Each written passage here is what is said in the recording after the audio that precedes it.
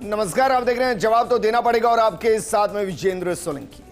पश्चिम बंगाल में सियासी पारा चरम पर है। चुनावी जंग अब सिर्फ वोट की नहीं बल्कि आरोप प्रत्यारोप की बन चुकी है। एक तरफ राज्य की मुख्यमंत्री ममता बनर्जी बीजेपी पर समाज को बांटने और जनता को गुमराह करने के आरोप लगा रही है, तो दूसरी तरफ बीजेपी खुलकर ममता सरकार पर चुनाव को प्रभावित करने और लोकतंत्र को कमजोर करने का आरोप जड़ रही है। और ये देश में इंटरेस्टिंग है, जहां जो अपोजिशन में है उसको लगता है कि चुनाव आयोग निष्पक्ष नहीं है, वहां लोकतंत्र खतरे में है। मसलन बंगाल में जाकर बीजेपी को लग रहा है कि लोकतंत्र खतरे में है और चुनाव आयोग को निष्पक्षता निभानी चाहिए। बिल्कुल वैसे जैसे जहां बीजेपी सत्ता में होती है कांग्रेस को लगता है, जहां आम आदमी पार्टी सत्ता में होती है वहां कांग्रेस बीजेपी दोनों को लगता है। क्या वाकई में हर इलेक्शन के अंदर यह आरोप आम बात हो चुकी है, या वाकई में बंगाल में चुनाव पूरे तरीके से हाईजैक कर दिया गया? क्या वाकई में वोटर्स को डराया जा रहा है और आचार संहिता के खुलेआम क्या बंगाल में धज्जियां उड़ाई जा रही हैं? चुनावी फायदे के लिए राज्य के पूरे सिस्टम का क्या ममता दीदी दुरुपयोग कर रही है? तो क्या बंगाल में डर बनाम विश्वास की लड़ाई लड़ी जा रही है? आज बात इसी मुद्दे पर।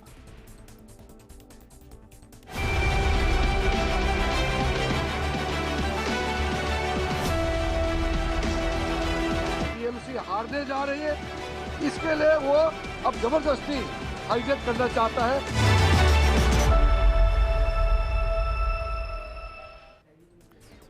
क्या वाकई में वोट जबरदस्ती हाईजैक हो सकते हैं? क्या वाकई में वोटर्स को डराया जा सकता है? बंगाल में मुमकिन है, लेकिन क्या इलेक्शन कमीशन वो विश्वास नहीं जगा पा रहा कि सबको लगे कि नहीं वो निष्पक्ष चुनाव के अंदर पार्टिसिपेट कर सकते हैं? या फिर खेल अलग है? खेल ये है कि वोट तो डालाएंगे, इलेक्शन कमीशन और पूरा सिस्टम चला जाएगा वोट करा के, और उसके बाद जब चुन चुनकर उनको टारगेट किया जाए, तो जो बीते इलेक्शन में भी हमने देखा, उसके बाद क्या वाकई में लोग सोचते हैं कि एक वोट डालना है डाल दें, कम से कम जिंदा तो बचेंगे? क्या बंगाल में यह स्थिति है?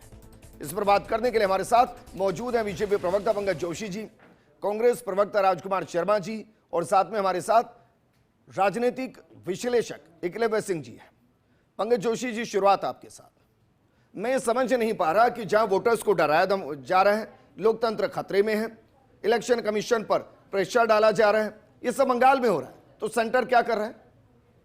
नहीं, देखिए, सेंटर कर रहा है, और एक जो चुनाव आयोग है वो निष्पक्ष संस्था है, और चुनाव आयोग जब निष्पक्ष संस्था है तो हमने पहले भी कहा है कि निष्पक्ष संस्था जो होती है वहाँ चुनाव कराती है तो दोनों ही पार्टियां, चाहे वो शासन में हो या नहीं हो, चाहे किसी के उसमें, लेकिन दोनों ही पार्टियां जब चुनाव लड़ रही हैं तो उसका जाने का जो है कि सारी जो शिकायतें हैं वहाँ जो है मैनेजमेंट, चुनावी मैनेजमेंट के अंदर जो वहाँ शिकायतें मिल रही हैं लगातार, क्योंकि स्टेट गवर्नमेंट वहाँ पर है, स्टेट गवर्नमेंट जिस तरीके के काम कर रही है, जिस तरीके से जो है मतदाताओं को डराया जा रहा है, मतदाताओं, क्योंकि पूरे चुनाव के बाद जैसा आपने खुद ने कहा कि 5 साल जो है क्योंकि उसको वहीं रहना है, वहीं पर करना है, तो मतदाता यदि डरेगा, धमकाया जाएगा उसको और उस तरीके से उसके साथ किया जाएगा, तो निश्चित रूप से चुनाव आयोग के पास जाना जो है। मतलब आप ये कह रहे हैं कि भाई इलेक्शन के बाद बीजेपी अपने वोटर्स को प्रोटेक्ट करने में 5 साल वहां नाकाम रही, नहीं, अभी तो वहां विश्वास नहीं जग पाया। अभी देखिए प्रोटेक्ट नहीं, देखिए सरकारों का जवाब होता है, बीजेपी और कांग्रेस का नहीं है। देश के अंदर जो भी सरकारें होती है एक बाकायदा जो है लोकतंत्र है, और स्वच्छ लोकतंत्र में होता है कि वोट किसी को भी दें, लेकिन उसके बाद में जो भी सरकार होती है वो सब लोगों की सरकार होती है, और वहां की जनता की जो सेवा करना, वहां की उसकी सुरक्षा करना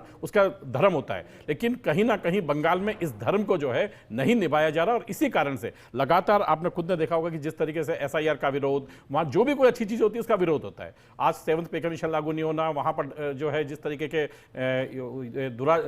दुष्कर्म और दुराचार जो हो रहे हैं उसकी संख्या इतनी ज्यादा होने के बावजूद भी जो है वहां पर कहीं ना कहीं जो है, तो फिर बताइए 15 सालों से वहां परिवर्तन क्यों नहीं है?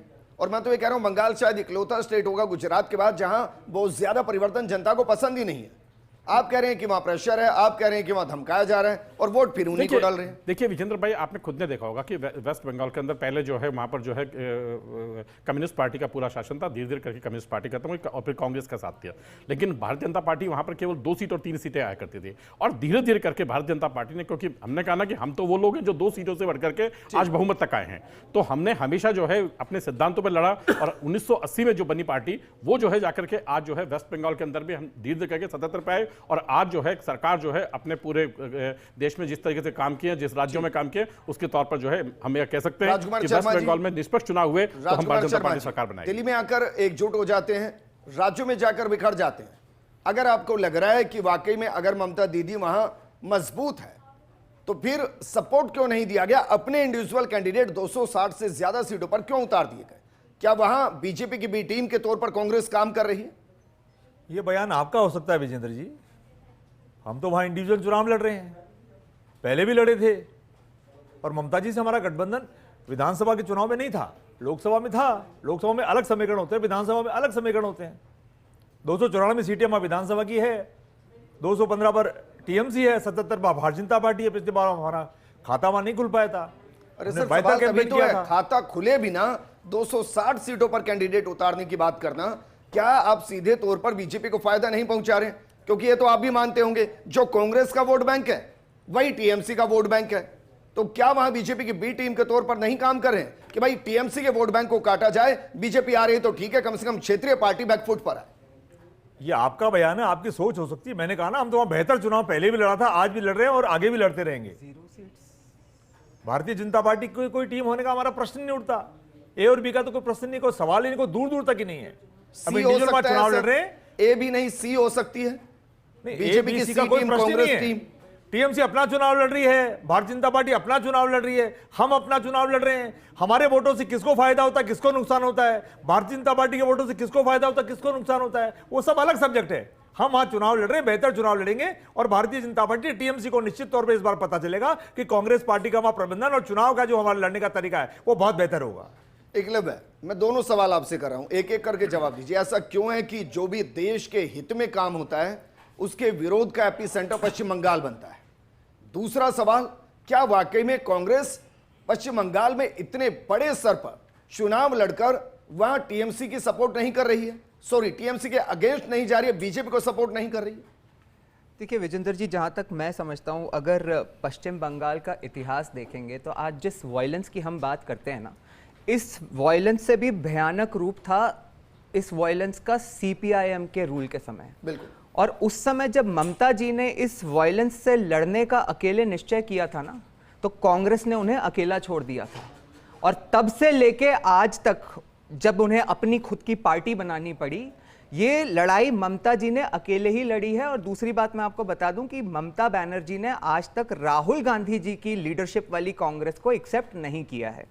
दूसरी बात विजेंद्र जी, देखिए ये समझना जरूरी है कि आज जो पश्चिम बंगाल में स्थिति है, अगर आप 2016 से 21 देखेंगे तो बीजेपी ने 3 सीट से 77 सीट का जो सफर तय किया, 200 पर कैंडिडेट 200 का टारगेट रखा जी। और इस बार जो मैं समझता हूं कि बीजेपी को ऐसा लगता है कि 77 सीट से लेके और बहुमत तक का सफर है, उसके बीच में जो फासला है वो सिर्फ ये है कि ये चुनाव निष्पक्ष हो और भय से रहित वातावरण हो वहां पे।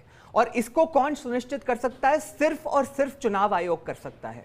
और इसीलिए मैं समझता हूं कि जिस तरह से एक तरफ से, और विजेंद्र जी एक बात है ना आपसे एक और, मतलब मैं फिर कह रहा हूं, यहां सिर्फ इलेक्शन का मामला ही नहीं है बंगाल में, जहां इलेक्शन के बाद का मामला है बंगाल में कि उनको पता है कि इसने वोट नहीं दिया, इसने वोट नहीं दिया, फिर जो टारगेट करके उनको अटैक किया जाता है, डर उसका है। देखिए इलेक्शन का तो डर ही नहीं है। ये जो आपने बात कही ना, इसके बारे में भी आपको 2 उदाहरण देता हूं ताकि आपके दर्शकों को भी थोड़ा सा एहसास होगा कि हम किस लेवल के वायलेंस की बात कर रहे हैं।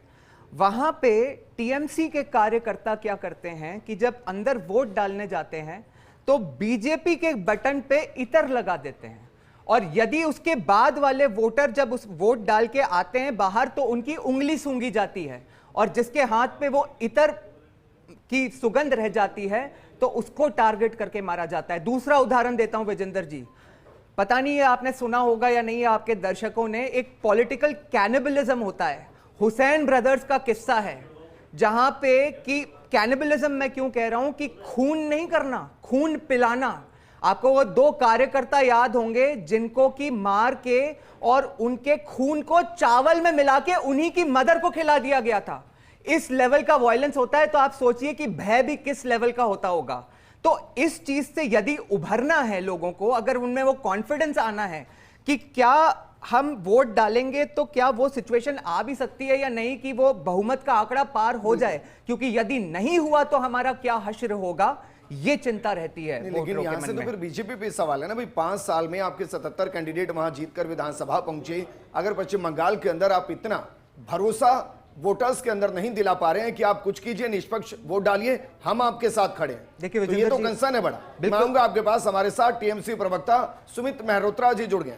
सुमित जी, बहुत सीधा सवाल है सर, क्या वाकई में वहां वोटर्स डर के साए में है और क्या वोटर्स को डराया धमकाया जा रहा है?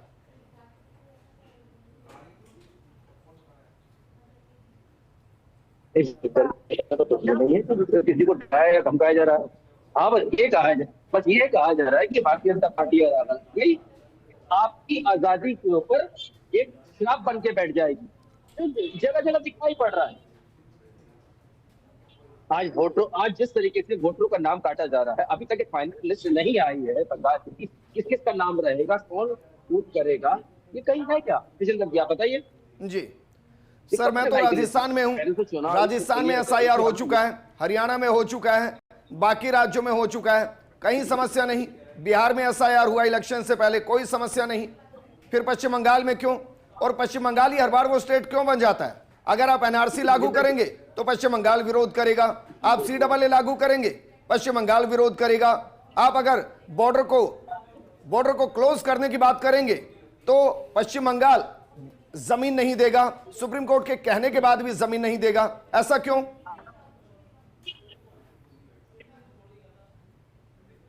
चिंता जी, अभी तो चुनाव की बात हो रही है, तो चुनाव किस उसमें कराएगी भारतीय जनता पार्टी? चुनाव आयोग एक ही सिक्के के दोनों पहलू हैं ये लोग, क्योंकि चुनाव आयोग ने अभी तक कुछ डाटा नहीं दिया है कि किस किस के नाम कटेंगे। ये बड़ी अजीब बात है कि जो पूर्व जज हैं, पूर्व जज, उन तक का तो नाम काट दिए, उनका नाम काट दिया। बड़ी शर्म की बात है कि जो वोटर है उनका नाम काट दिया जा रहा है, वोटर है कौन नहीं है, किस तरीके से कराना चाहते बंगाल के अंदर चुनाव, यानी कि वो सत्ता हासिल करनी है, जनता की कोई फिक्र नहीं है। अगर इतना ही है कि भारतीय जनता पार्टी कहे कि हाँ, चुनाव आयोग ने इस तरीके से जीवित लोगों का नाम काटा गलत करा है, पर भारतीय जनता पार्टी बोलेगी नहीं, क्योंकि चुनाव आयोग भारतीय जनता पार्टी एक ही दोनों जने हैं ना, तो सत्ता चाहिए। इन्होंने कहा कि हमें किसी भी रूप में। अब सुमित जी, मैं देखिए इस बात को नहीं मानूंगा, क्योंकि इसलिए नहीं मानूंगा क्योंकि एसआईआर की प्रक्रिया को मैंने बहुत बारीकी से देखा है। आपके बीएलओ होते हैं जो उसको वेरीफाई करते हैं, फिर कलेक्टर वेरीफाई करता है, दोनों तो स्टेट गवर्नमेंट के अंडर काम कर रहे हैं। अब या तो आप कटवा रहे हैं और बीजेपी का नाम लगा रहे हैं, या वो अपने आप को वेरीफाई नहीं कर पा रहे हैं। भाई वेरीफाई तो करना पड़ेगा ना उनके। होते हैं विजेंद्र भाई, आप बताइए, चुनाव आयोग के होते हैं या राज्य सरकार के होते हैं? अरे सर, बीएलओ तो बीएलओ रिपोर्ट करता है ना, और उनके साथ पॉलिटिकल पार्टी के बीएलए जुड़े होते हैं। बीएलओ, बिल्कुल आपने सही मुद्दा उठाया। बीएलओ का भी इस बार जो बीएलओ लगे थे उनके भी नाम काट दिए गए। अब आप बताइए, उन्होंने खुद कहा है कि भाई मेरा भी नाम काट दिया, कुछ ऐसे नाम थे जिनको मैंने वेरीफाई करा था, ये पूरे डाटा दिया है मैंने चुनाव आयोग को, उनके नाम काट दिए। और क्या डराएंगे धमकाएंगे सर चुनाव आयोग को बीच में। और ये जो वीडियो वायरल हुआ कि भाई मशीन पर इत्र लगा देते हैं और फिर बाहर आकर उंगलियों को सूंघते हैं और फिर बाद में टारगेट करते हैं, अभी जो बंगाल में हो रहा है। नहीं। और सबसे ज्यादा इलेक्शन के वक्त में बंगाल में हिंसा क्यों होती है सर? अरे मुझे बताइए, बाकी राज्यों के चुनाव भी तो देखते हैं। विजेंद्र भाई, मैं चैलेंज कर रहा हूं जो एकलव्य जी अभी कह रहे हैं, भारतीय जनता पार्टी के प्रवक्ता कि वहां पे इत्र लगाया जाता है हाथों पे। कहीं किसी ने कहा है कि हमारे हाथों में इत्र लगा, आप दिखा दीजिए वीडियो, दिखाइए वीडियो। गलत हवा नहीं, वीडियो तो सोशल मीडिया पर है सर, आप देख लीजिए। मैं वेरीफाई नहीं कर पाऊंगा बंगाल का है कहां का है, लेकिन वीडियो तो मैंने भी देखा है। वापस मैं आपके पास आऊंगा। पंकज जोशी जी, ये गंभीर इशू है सर। अगर वहां डराया धमकाया जा रहा है तो इसका मतलब मैं बहुत सीधा निकाल रहा हूं सर, बतौर अपोजिशन बीजेपी ट्रस्ट बिल्ड नहीं कर पा रही है वहां। अगर ट्रस्ट होता तो सब डंके की चोट पर कहते हैं कि हाँ, हम वोट डालेंगे, हम परिवर्तन लेकर आएंगे और टीएमसी हमारा कुछ नहीं कर पाएगी। विजेंद्र भाई, आपने खुद ने देखा कि अभी जिस तरीके से उन्होंने कहा कि जो है वोटर लिस्ट में से नाम है, मैं कह रहा हूँ यदि आप दूसरे देशों के लोगों को लाएंगे, जो है गुंडों बदमाशों को ला करके आप यदि वहाँ फंसाएंगे तो होगा क्या। और आज पूर्वी भारत ने जो है देखा है लोगों ने कि क्या स्थितियाँ पैदा की गई थी, और इसी कारण से मैंने आपको फिर भी कहा ना कि वहाँ यदि आप देखें तो आज सबसे ज़्यादा जो है अपराध वहाँ पर हैं। आज एनसीआरबी को डाटा नहीं देना सरकार के जो है, मुझे बताइए क्या लोकतंत्र की ये है क्या कि हम डाटा नहीं देंगे, हम जो है एजेंसीज को आने नहीं देंगे, उसके बाद हम जांच नहीं कराएंगे, हम जो है आज जो है 7th पे कमीशन नहीं लागू करेंगे। मुझे बताइए क्या क्या ये सब चीजें लोकतंत्र के हिस्से हैं क्या? क्योंकि वहां की जो सरकार है, लाकर बसाया मतलब अरे भाई, जो सरकार ने यही तो कहा था कि भाई आज एसआईआर में क्या कहा कि 2002 का प्रूफ लाके दीजिए। आपने कहा कि नहीं 2002 का प्रूफ तो नहीं है, लेकिन नाम क्योंकि हम जिंदा हैं, है ना, चाहे कहीं से भी आए हो तो हमारा नाम होना चाहिए। उन्होंने कहा ना कि हम जिंदा हैं तो नाम होना चाहिए। मतलब वो वाली बात कौन सी है जो आज जो है मिडिल ईस्ट में चल रहा है ना, कि यदि हम जिंदा हैं तो हमारा नाम होना चाहिए। और इसी कारण से हमने कहा कि भाई आप प्रूफ लाके दीजिए ना। 2002 के लोग लाके प्रूफ दे रहे हैं। मुझे बताइए रास्ता में परेशानी आई क्या? बाकी स्टेट में आपने खुद ने कहा बिहार है, यूपी है, हमारे सारे स्टेट है, उनमें परेशानी नहीं आई। जो लगभग 75 लाख के आसपास वोट कटे हैं वहां पर, शायद 73 लाख के आसपास होंगे। उनमें से आप, मैं मोटा तौर पर मानूं तो आप ये कह रहे हैं कि 60 लाख के आसपास ऐसे हैं जो बाहर से आए हैं। अब इंटरेस्टिंग चीज है सर, यहां से अगर वो बाहर से आए हैं और वो इलेक्शन में पार्टिसिपेट नहीं कर रहे तो इलेक्शन में किसी तरीके से तो पार्टिसिपेट करेंगे। फिर रोकने के लिए क्या किया आपने? इसीलिए तो चुनाव आयोग के पास जा रहे हैं ना, कि वहां पर यदि जो भी वहां पर जो है सुरक्षा के प्रबंध कराए जाएं वो चुनाव आयोग कराएगा, है ना। और इसीलिए जो है परेशानी होती है, क्योंकि जिस तरीके के हालात वहां बनते हैं, जिस तरीके के पिछली बार हालात बने, हमने कहा ना कि 2-3 सीटों से 77 सीटें आने में भी जो है आप खुद सोचिएगा कि कितनी ताकत लगानी पड़ी होगी। क्योंकि पहले वहां पर दूसरी जो पार्टी थी उसका जो है वहां पर एक आतंक था। इन्होंने जो है आतंक मचाया, आपका काम आसान कर दिया। नहीं, देखिए कांग्रेस, हमें खैर कांग्रेस से कोई फर्क नहीं पड़ता, क्योंकि हम खुद, आपने देखा कि पूरे देश में भी हमने जो है एक बात कही थी कि जहां जहां कांग्रेस की सरकारें थी वहां हम खुद लड़े। और आज कांग्रेस की जो स्थिति यहां तक आई है वो भी जो है एक गवर्नेंस की सरकार के कारण और लोगों में विश्वास के कारण आई है। ठीक, सुमित मेहरोत्रा जी, दिल्ली में आकर गठबंधन करते हैं सर और स्टेट में जाकर अलग अलग लड़ते हैं। आपको लग नहीं रहा है कि कांग्रेस वहां टीएमसी के वोट बैंक को खाएगी? मिलकर बातचीत करते, 2-4-5 सीटों पर कांग्रेस को लड़ने देते, कम से कम वोटर पोलराइज नहीं होता। जितेंद्र भाई मुझे बताइए, बंगाल में इससे पहले लोकसभा चुनाव हुआ था, उसमें भी हम लोग अलग लड़े थे जी। हम लोग अलग लड़े हैं, कहाँ लड़े हैं साथ में, मुझे बताइए ना। आपको लग रहा है कांग्रेस बीजेपी की बी टीम के तौर पर उतरी है वहां पर? नहीं, देखिए, जब मैं नहीं कह सकता कि बी टीम है, पर हाँ कांग्रेस अलग लड़ने दीजिए। किसी का अपना मन है लड़ने का, तो उसमें हम किसी को मना तो नहीं करेंगे। सुमित जी देखिए, इसको प्रैक्टिकल बात करते हैं ना भाई, इसमें कोई किंतु परंतु ना आपको होगा ना मुझे होगा कि जो टीएमसी का वोट बैंक है मोटे तौर पर वही कांग्रेस का वोट बैंक है। अब बीजेपी के वोटर को तो कांग्रेस नहीं ले सकती। विजेंद्र भाई थोड़ा सा वॉइस ठीक करा दीजिए, रिपीट हो रही है भाई, एक बार सही कीजिए। मैं ये कह रहा हूं कि जो टीएमसी का वोट बैंक है वही तो कांग्रेस का वोट बैंक है। अब कांग्रेस टीएमसी के वोट बैंक को नहीं खाएगी वहां। नहीं, देखिए विजेंद्र भाई, क्या था जो 377 पे पहुंचे, इसका लॉजिक था। कांग्रेस पिछली बार डाउन होकर के लड़ी थी, वही कांग्रेस के वोट भारतीय जनता पार्टी को मिले थे और सीपीएम के वोट मिले थे। हमारा वोट तो हमारे पास रहा ना, और जितनी सीट हमें आई थी उससे डबल सीट हमारे पास आई बढ़ करके। आप देखिए ना, हमारा वोट शेयर बढ़ रहा था। कांग्रेस न्यूट्रल होकर के लड़ी थी, भारतीय जनता पार्टी को सपोर्ट मिला था।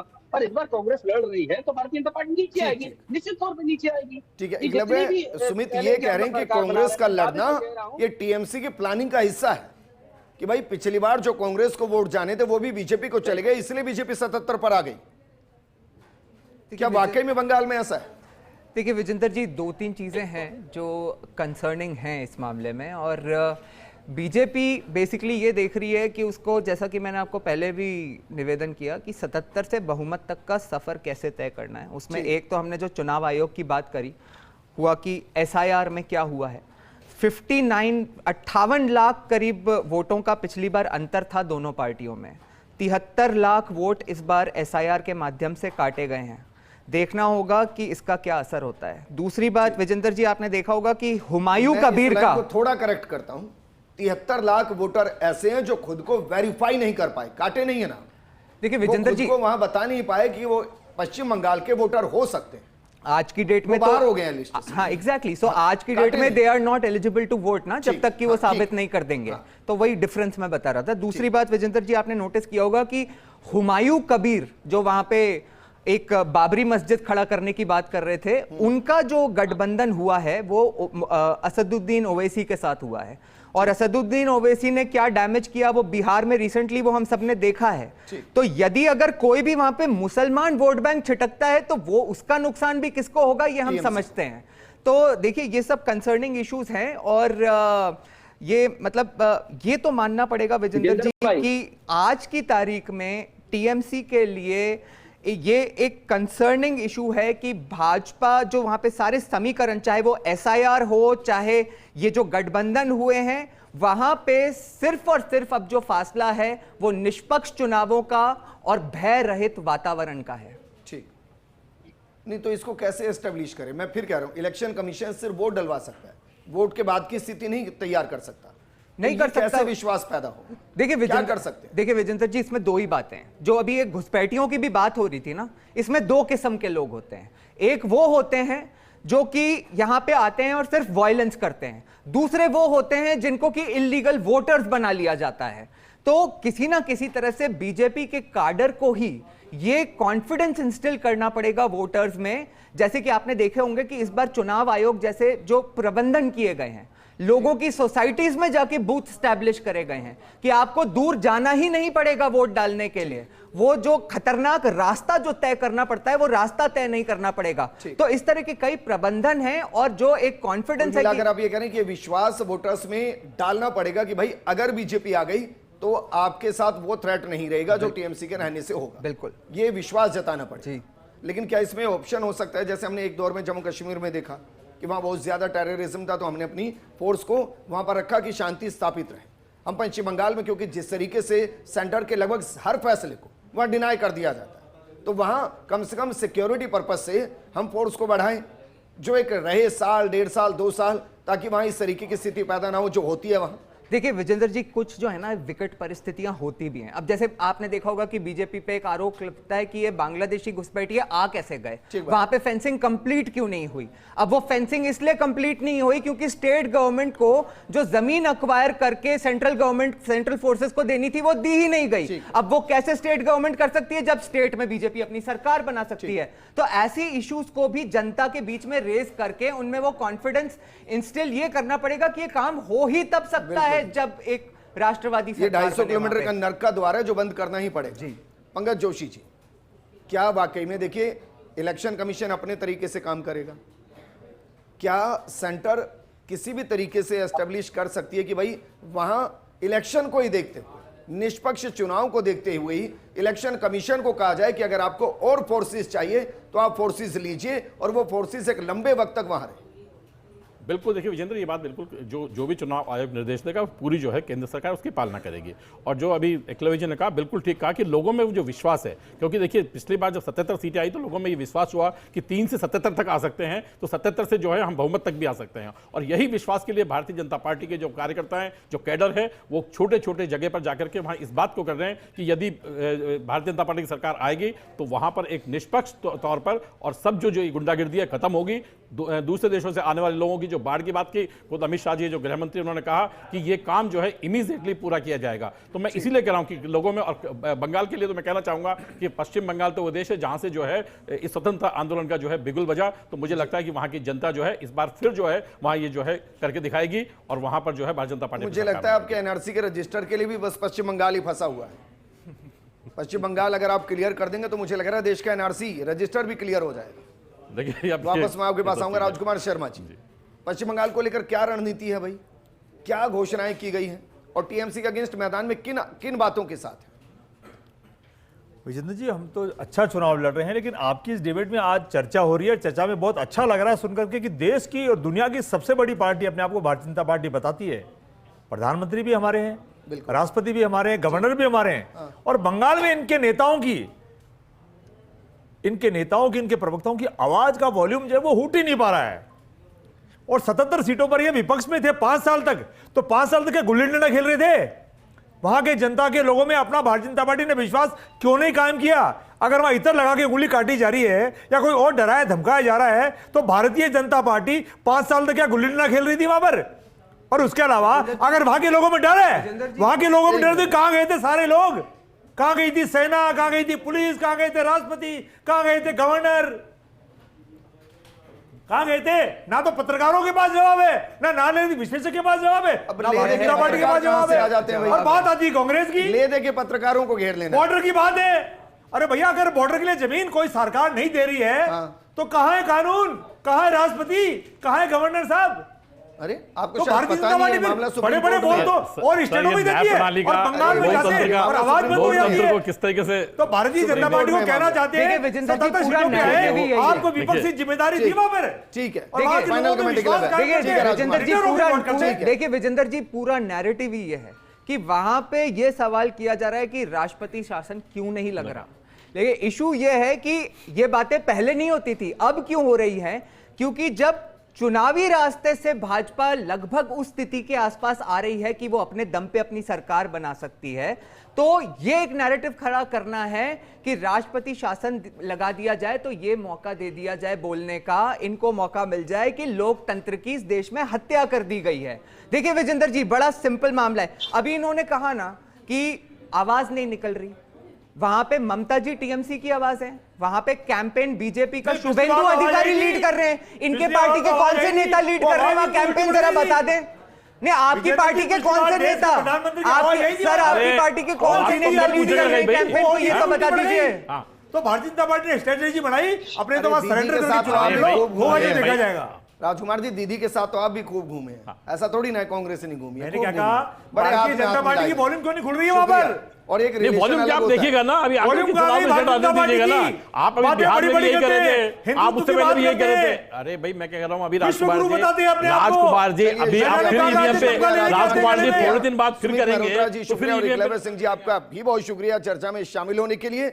हम सिर्फ इतना कहेंगे, इलेक्शन किसी स्टेट में हो वो निष्पक्ष होने चाहिए, और वोट डालने के बाद वोटर में डर नहीं होना चाहिए कि उन्होंने इस पार्टी को वोट दे दिया इसलिए उस पार्टी का नेता उसे घर में घुसकर मारेगा। लेकिन बंगाल में अक्सर ये देखा जाता है। क्या इस बार का चुनाव परिवर्तन के साथ बंगाल को एक नई दिशा पर लेकर जाएगा? ये परिणाम बताएंगे। इस प्रोग्राम में फिलहाल इतना ही। नमस्कार।